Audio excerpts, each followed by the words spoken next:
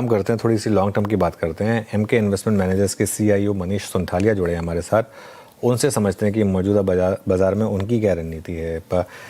Manish ji, good morning. ये good morning market Amit ji. Market में momentum अच्छा बन रहा था, फिर डोनाल्ड ट्रंप पिछले हफ्ते शायद नींद से जागे, फिर ये सब डेवलपमेंट हुई, फिर कच्चा तेल 85 पर आया। इस एनवायरनमेंट में जो हमने अप्रैल ऑनवर्ड एक रैली देखी थी, वो रिस्क पर है या फिर आपको लग रहा है कि इस बार मार्केट अब इसको बस अपनी स्ट्राइड में लेगा और मूव ऑन करेगा? हाँ, ये थोड़ा सा आउट ऑफ सिलेबस था। जो फिर से जो वॉर शुरू हो गया, ये तो एंटिसिपेटेड नहीं था। बट हैविंग सेड दैट, जब तक ऑयल स्ट्रेट ऑफ हॉर्मुज से फ्लो हो रहा है और ये एक दूसरे पर जो मिसाइलें गिर रही हैं, वो मेरे हिसाब से तो चलती रहेंगी। अगर ईरान अपने पार्टनर्स को ऑयल बेच पा रहा है और ऑयल फ्लो हो रहा है स्ट्रेट ऑफ हॉर्मुज के थ्रू, तब तक कोई विशेष प्रॉब्लम दिखती नहीं है। और कल की न्यूज़ है कि वहाँ के पार्लियामेंट, यूएस के पार्लियामेंट ने भी ईरान पर फर्दर स्ट्राइक्स की कुछ एम्बार्गो लगाई है। So all in all it's a beginning of the end, if not the end itself. So जब तक हमने तो $120 क्रूड का भाव भी देख चुका है और वहाँ से अभी 85 है, नीचे में 70 हुआ। सो मोटा मोटा अभी भी होप तो है कि ये वॉर तो मोटा मोटी खत्म हो चुका है और बाय ऑन डिप्स की ही सलाह है। ओनली थिंग इज कि ये जो रुपए का जो लेवल है, ये वापस 96 टूट रहा है। तो ये थोड़ी सी वरीसम पॉइंट है कि F C N R B, I don't know F C N R B की मोबिलाइजेशन किस तरह पिकअप हो रही है कि नहीं हो रही है।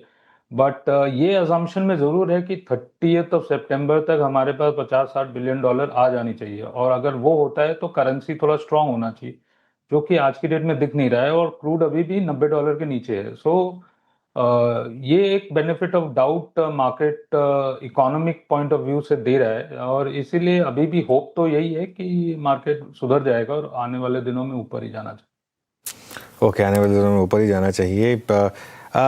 एक सवाल पूछूंगा आपसे। एक स्पेस जहां पर काफ़ी पैसा बना है, वो है ये पीएलआई स्पेस से जुड़े हुए, मोबाइल मैन्युफैक्चरिंग से जुड़े हुए स्पेस। डिक्सन इन पर्टिकुलर में ज़बरदस्त री रेटिंग हुई है। यहाँ आपका क्या व्यू है? आपके फंड्स में हैं क्या स्टॉक्स ये? सेमीकंडक्टर पर ज्यादा बुलिश है, semiconductor EMS as oppose to mobile. So yes, कल जो मैन्युफैक्चरिंग पॉलिसी आई है उसमें वापस मोबाइल ईएमएस सेमीकॉन 2.0, यहाँ पर पीएलआई की बेनिफिट वापस से मिल रही है। सो जो मोबाइल के प्लेयर्स हैं जैसे डिक्सन, एम्बर, इनको भी थोड़ा बेनिफिट तो होगा। पर जो एक ऑलमोस्ट वेकेंट स्पेस है, सेमीकंडक्टर, वहां पर रनअवे कुछ ज्यादा दिखता है क्योंकि जिसने भी मोबाइल 1.0 वगैरह में बेनिफिट ले लिए, उनको फ्रेश केपेक्स वगैरह करना पड़ेगा। और कुछ प्लेयर्स जैसे डिक्सन वगैरह में तो टेलविंड डेफिनेटली है और नए जेवीज वगैरह भी साइन हो रहे हैं। सो उस पॉइंट ऑफ व्यू से देखा जाए तो हम ज़्यादा सेमीकंडक्टर ईएमएस, जहाँ पर पीएलआई भी है और थोड़ा सा प्लेइंग फील्ड बड़ा है, वहाँ पर ज़्यादा बुलिश है। हमारे पास सिरमा है, सो हम वहाँ पर ज़्यादा बुलिश हैं।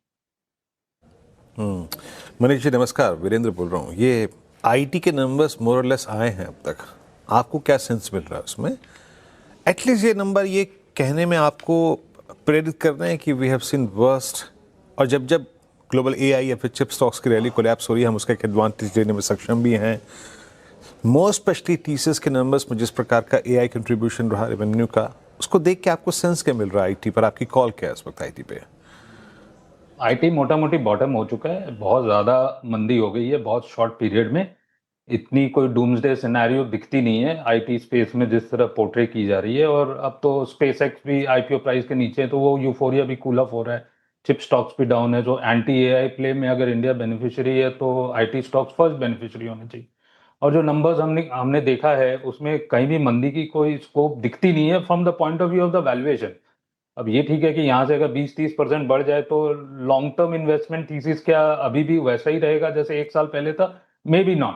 पर आज की डेट में तो एकदम डूम्सडे सिनेरियो पेंट हो रहा है, जो कि है नहीं।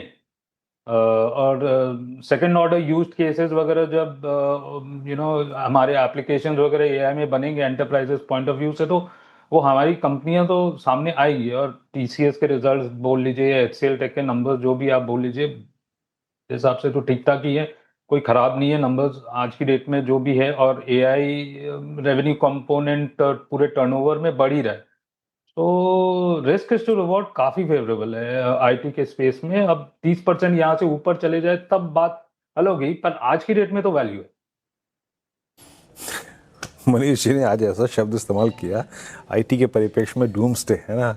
मेरी हंसी छूट गई मनीष जी एक बार के लिए तो, है सही, बिल्कुल सही आपने इसकी शब्दों का चुनाव किया। अच्छा, सो फार अब सारा का सारा अगर आप देखें, ध्यान जो है बता कर केंद्रित है आने वाली इस वीकेंड पे जो प्राइवेट बैंक्स की अर्निंग्स है। लेकिन अब तक आपने इंडियन बैंक के नंबर्स देखे होंगे, कल यूनियन बैंक ऑफ इंडिया के नंबर देखे।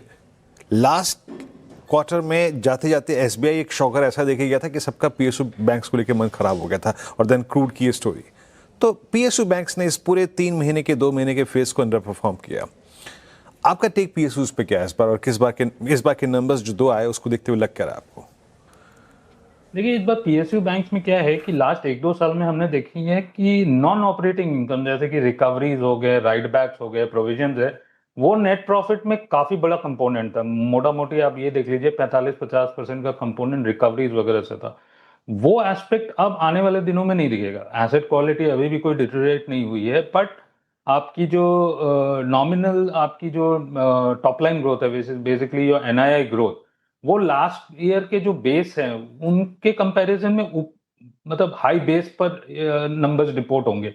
तो आपको 20-25% तो ग्रोथ देखने को मिलेगी नहीं, बट वही 10-12% अर्निंग्स ग्रोथ, एनआई ग्रोथ देखने को मिलेगी। और एसेट क्वालिटी मोटा मोटी मेंटेन है। कल जो यूनियन बैंक के नंबर्स आए वो भी अच्छे ही थे numbers, but the point is जो reset of valuation last year के नंबर्स के पॉइंट ऑफ व्यू से होते हैं वो आज की डेट में थोड़े नॉर्मलाइज होंगे। और हम तो यही देखा है कि ऑलवेज पीएसयू बैंक थोड़े से डिस्काउंट में ट्रेड होंगे आपके प्राइवेट सेक्टर बैंक्स में। सो पिक एंड चूज है इवन पीएसयू बैंक्स वगैरह में या प्राइवेट सेक्टर बैंक्स में। और मोटा मोटी एनआईआई ग्रोथ आपके 10 से 12% ही आनी चाहिए करंट क्वार्टर में। और एसेट क्वालिटी की परफॉर्मेंस और ऑपरेटिंग लेवरेज कॉस्ट ऑब्जॉर्प्शन के पॉइंट ऑफ व्यू से, फिक्स कॉस्ट ऑब्जॉर्प्शन के पॉइंट ऑफ व्यू से नेट प्रॉफिट डिटरमिन करेगा। और 1-1.5 प्राइस टू बुक मिलना चाहिए सब पीएसयू बैंक्स को जो भी एसेट क्वालिटी डिसेंट है। तो यही न्यूआंस है आज की डेट में पीएसयू बैंक्स के पॉइंट ऑफ व्यू से। और प्राइवेट सेक्टर बैंक में बहुत ज्यादा कोई डिफरेंशिएशन आने वाला नहीं है, वही 10 से 12% आपकी एनआई ग्रोथ होगी। पर आने वाले दिनों में क्रेडिट ग्रोथ पिकअप हो रहा है, 15% क्रेडिट ग्रोथ पिकअप हो रहा है। सो वहां पर प्राइवेट सेक्टर बैंक में लीडरशिप इश्यूज है। मैंने 4 में से 3 प्राइवेट सेक्टर बैंक में लीडरशिप इश्यूज है कि कौन उनके नए चेयरमैन होंगे, या 2 साल बाद ये रिटायर हो रहे हैं तो, या सुपर एनुएट हो रहे हैं तो फिर कौन आएगा। तो ये ज्यादा non quantitative aspects private sector banks में, और पीएसयू बैंक्स में बिजनेस एज यूजुअल है मेरे हिसाब से। बिल्कुल। अच्छा, ये न्यू एज स्टॉक्स को लेकर आपका क्या नज़रिया है? हमने एक बड़ी रैली देखी है पिछले कुछ दिनों में इटर्नल में 240 से 300, स्विगी भी मरे पिटे लेवल से थोड़ा ऊपर आया है, और बाकी स्टॉक्स में भी अच्छी खासी रैली है। नाइका ऑल टाइम हाई लगा रहा लगातार। इस स्पेस को लेकर क्या व्यू रखेंगे, और यहाँ पर ज़्यादा पॉजिटिव कहाँ होंगे आप? क्विक कॉमर्स में डेफिनेटली लॉन्ग रनवे है, और यहाँ पर राइट टू विन सिर्फ ब्लिंकिट के पास है आज की डेट में। जो पर ऑर्डर बर्न है आज की डेट में, एडजस्टेड प्रॉफिट सिर्फ ब्लिंकिट ही बना रहा है। और इसमें हम फ्लिपकार्ट को भी काउंट कर रहे हैं और अमेजोन को भी काउंट कर रहे हैं। ऑफ कोर्स उनके पास डीप पॉकेट्स है, वो लर्निंग कर्व में जा रहे हैं। But Swiggy which is Instamart और आपकी जेप्टो काफी बड़ा बर्न है। 60 रुपए पर ऑर्डर की मोटा मोटा बर्न आपका जेप्टो का है, और यहाँ पर 80 रुपया बर्न, 79-80 रुपीज बर्न पर ऑर्डर आपका स्विगी का है। तो यूनिट इकोनॉमिक्स पर हैंडल सिर्फ ब्लिंकिट के पास है। और आने वाले दिन में अगर कंपटीशन कम होता है, क्योंकि बर्न अगर आपको कम करना है तो आपको डिस्काउंटिंग कम करनी पड़ेगी, टियर 2-3 टाउन्स एंड सिटीज में स्टोर नहीं खोलने पड़ेंगे, और आप मेट्रोज पर ही फोकस कीजिए, तभी आपकी लॉसेस कम होंगी। और अगर कॉम्पिटिटिव इंटेंसिटी कम होती है, उसका डिस्प्रोपोर्शनेट बेनिफिट आपको ब्लिंकिट को ही देखने को मिलेगा। और इसीलिए हम देख रहे हैं कि इटर्नल जो है नीचे लेवल से काफी ऊपर है, क्योंकि जेप्टो की आईपीओ की तैयारी हो रही है, और डिपेंड करता है कि वो क्या वैल्यूएशन वगैरह पे आते हैं, उसका डिस्प्रोपोर्शनेट बेनिफिट आपको इटर्नल पर मिलेगा। Of course Challengers which is basically your Flipkart and your Amazon, इनके पास डीप पॉकेट्स है, और वो बहुत रैपिड पेस में लर्निंग कर्व के थ्रू जा रहे हैं और स्टोर वैल्यू एडिशन कर रहे हैं। वेट एंड वॉच है, अभी तक कुछ डरने की बात नहीं है, पर वो एक चैलेंज पोज करेंगे। डी मार्ट, जियो, मेरे हिसाब से कोई अभी बिग बास्केट अभी मेजरली कोई चेंज, मतलब कोई कंपटीशन नहीं दे पा रहे हैं, इसीलिए इटर्नल बढ़ रहा है। हमारे पास एक और कंपनी है, कार ट्रेड। ये भी प्लेटफॉर्म कंपनी है जो हमने वेरी रिसेंटली लिया है। हमें तो ये लगता है कि ये 12-13 हज़ार करोड़ में कंपनी बहुत ही सस्ती है, क्योंकि क्लासिफाइड्स वगैरह में है, और यूज्ड कार्स, न्यू कार्स, आपकी OLX जो C2C है, नेक्स्ट 5 साल के पॉइंट ऑफ व्यू से कंपनी बोल रही है कि 1000 करोड़ की प्रॉफिट करेगी। तो और मतलब प्लेटफॉर्म बिजनेस है, नॉन लीनियर नेटवर्क इफेक्ट वगैरह आता है, तो ये कंपनी हमारे पास है। बाकी कंपनीज में हमें रिस्क टू रिवॉर्ड उतना समझ में नहीं आता जो ब्यूटी में है, वैल्यूएशन वीज़ावी, उनकी ब्यूटी बिजनेस तो अच्छी चल रही है, बट जो फैशन बिजनेस है पता नहीं, तो वैल्यूएशन बहुत ज़्यादा कोई कंड्यूसिव नहीं लग रहे हैं। सो प्लेटफॉर्म कंपनीज में ये दो कंपनीज हमें ठीक लगती है, अपार्ट फ्रॉम ग्रो जो कि बहुत ही अच्छे नंबर्स रिपोर्ट किए हैं, और पाइन लैब्स जो कि हमें लगता है कि बहुत सस्ती है, और अगर वो नंबर्स डिलीवर कर रहे हैं जो वो प्रोजेक्ट करते हैं कि करेंगे 1000 करोड़ का EBITDA, तो बहुत ज़्यादा ही सस्ते भाव में मिल रहा है। ग्रो और पाइन लैब्स, ये इंटरेस्टिंग पिक्स हो सकती हैं। राइट टू विन सिर्फ इटर्नल के पास है। आई थिंक ये काफ़ी आज का मेरे लिए स्टेटमेंट ऑफ द डे है क्विक कॉमर्स में। अच्छा, आपने सिंस ग्रो की बात की है, बाकी की कैपिटल मार्केट स्पेस में कुछ इंटरेस्टिंग लग रहा है कि आपको एक म्यूचुअल फंड का IPO आना है right now, SBI mutual fund का। इसके अलावा जो डिपॉजिटरीज हैं, NSE का IPO आएगा अभी। इस पूरे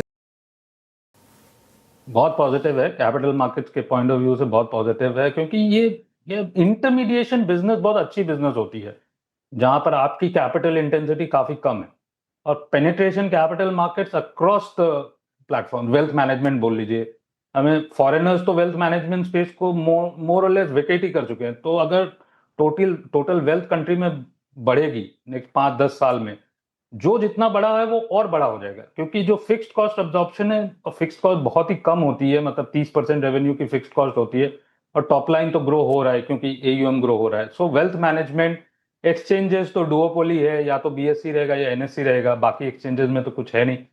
फिजिकल ब्रोकर्स हेडविंडेड रहेंगे, क्योंकि वो थोड़ा सा रिडंडेंसी फैक्टर है फिजिकल मॉडल में, और वो स्केलेबिलिटी कभी भी ब्रोकर्स में उतनी आएगी नहीं।